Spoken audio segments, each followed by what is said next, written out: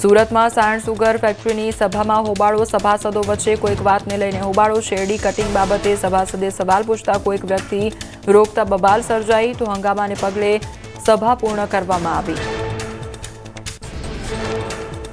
સુરેન્દ્રનગરમાં ગૌચર જમીન મુદ્દે પશુપાલકોનો વિરોધ, ગેરકાયદેસર દબાણો દૂર ન કરાતા પશુપાલકોએ કર્યો હોબાળો, ખોડુ ગ્રામ પંચાયતમાં પશુઓને પૂરી દર્શાવ્યો વિરોધ, તંત્ર દ્વારા કાર્યવાહી ન કરતી હોવાનો પશુપાલકોનો આરોપ.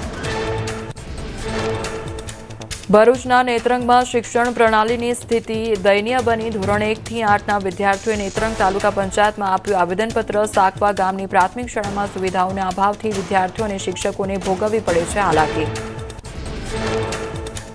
સાકવા ગામની પ્રાથમિક શાળાની ટેન્ડર પ્રક્રિયામાં વિલંબ થતા શાળાના સમારકામ કે નવનિર્માણ નથી થયું શરૂ, તો 2 વર્ષ પહેલા ઉતારી લેવાતા શાળાના 2 જર્જરિત ઓરડા. શિયાળો, ઉનાળો કે ચોમાસામાં વિદ્યાર્થીઓ બહાર બેસીને અભ્યાસ કરવા મજબૂર. સાકવા ગામના લોકોએ શાળાનું કામ જલ્દી પૂર્ણ કરવા કરી રજૂઆત. સરપંચ સહિતના લોકોએ સાંસદ સહિત સ્થાનિક ધારાસભ્ય સામે ઠાલવ્યો રોષ. શાળા બિલ્ડિંગનું કામ તાત્કાલિક શરૂ કરવા માંગ કરાઈ. વડોદરા શહેરના દંતેશ્વર વિસ્તારમાં સ્થાનિકોએ નોંધાવ્યો વિરોધ. જીઈબી કર્મચારી સ્માર્ટ મીટર ફરજિયાત લગાવવા દબાણ કરતા હોવાનો સ્થાનિકોનો આક્ષેપ.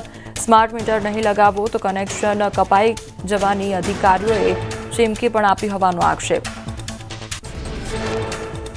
રાજકોટના જેતપુરના બોરડી સમઢિયાળા ગામે રોડના કામમાં ગેરરીતિની દાવ, ગ્રામજનોને ટીડીઓએ પાઠવ્યું આવેદન, તો રોડ લેવલ જાળવ્યા વિના કામ કરતા સ્થાનિકોમાં રોષ.